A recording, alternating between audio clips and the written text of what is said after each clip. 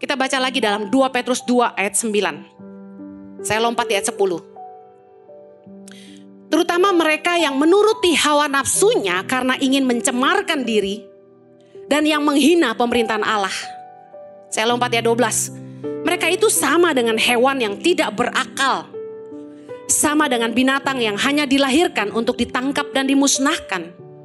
Mereka menghujat apa yang tidak mereka ketahui sehingga oleh perbuatan mereka yang jahat mereka sendiri akan binasa seperti binatang liar. Ayat 13. Dan akan mengalami nasib yang buruk sebagai upah kejahatan mereka. Berfoya-foya pada siang hari mereka anggap kenikmatan. Mereka adalah kotoran dan noda yang mabuk dalam hawa nafsu mereka. Kalau mereka duduk makan minum bersama-sama dengan kamu. Ayat 14, baca sama-sama. Mata mereka penuh nafsu zina dan mereka tidak pernah jemu berbuat dosa. Mereka memikat orang-orang yang lemah. Hati mereka telah terlatih dalam keserakahan. Mereka adalah orang-orang yang terkutuk. Lihat baik, Rasul Petrus mengajar bahwa seperti binatang, kelakuan manusia tidak berakal. Keinginannya selalu mabuk dengan hawa nafsu. Penuh dengan nafsu zina, tidak pernah jemu berbuat dosa. Hatinya terlatih dalam keserakahan. Kita dulu seperti hewan yang tidak berakal sebelum kita kenal Tuhan. Karena dalam dosa kita anggap kenikmatan. Mabuk dalam hawa nafsu dan keserakahan.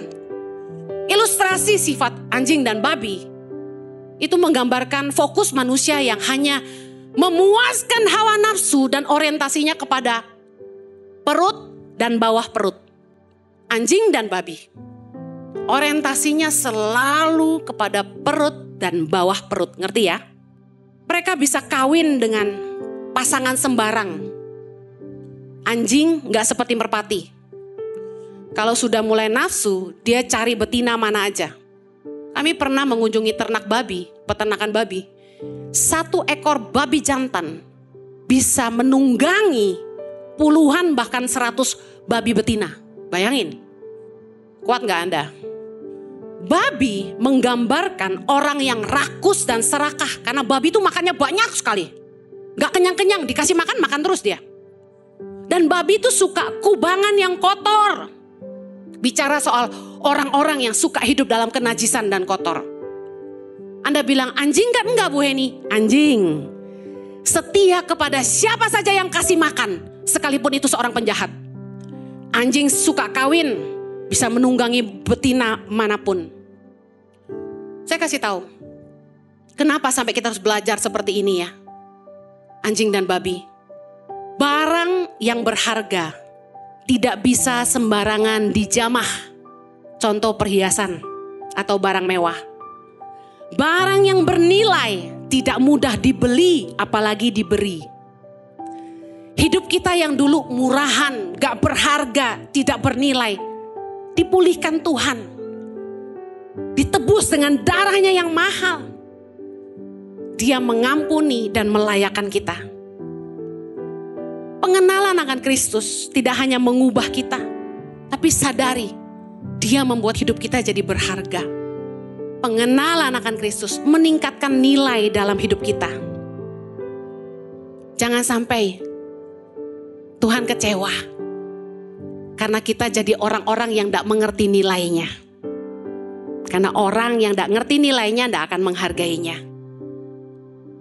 Mari hargai kasih karunia. Jangan lagi kembali ke hidup yang lama. Jauhi medan dosa dan belajar kasihi Dia. Amen. Saya berdoa agar firman Tuhan ini melekat dalam hati Anda dan Anda mulai ambil waktu untuk bersyukur atas kasih karunia. Hargai betapa pengenalan akan Dia sangat berharga. Dia beri kita identitas yang baru. Dia meningkatkan nilai kita. Dia ubah kita dari sampah jadi berharga. Katakan, aku tidak mau kembali ke hidup yang lama. Impact Community Indonesia mengadakan 4 kali ibadah onsite setiap hari Minggu pukul 9 waktu Indonesia Barat, pukul 11 waktu Indonesia Barat, pukul 13 waktu Indonesia Barat, dan pukul 15 waktu Indonesia Barat di MOI, Mall of Indonesia Kelapa Gading lantai P3.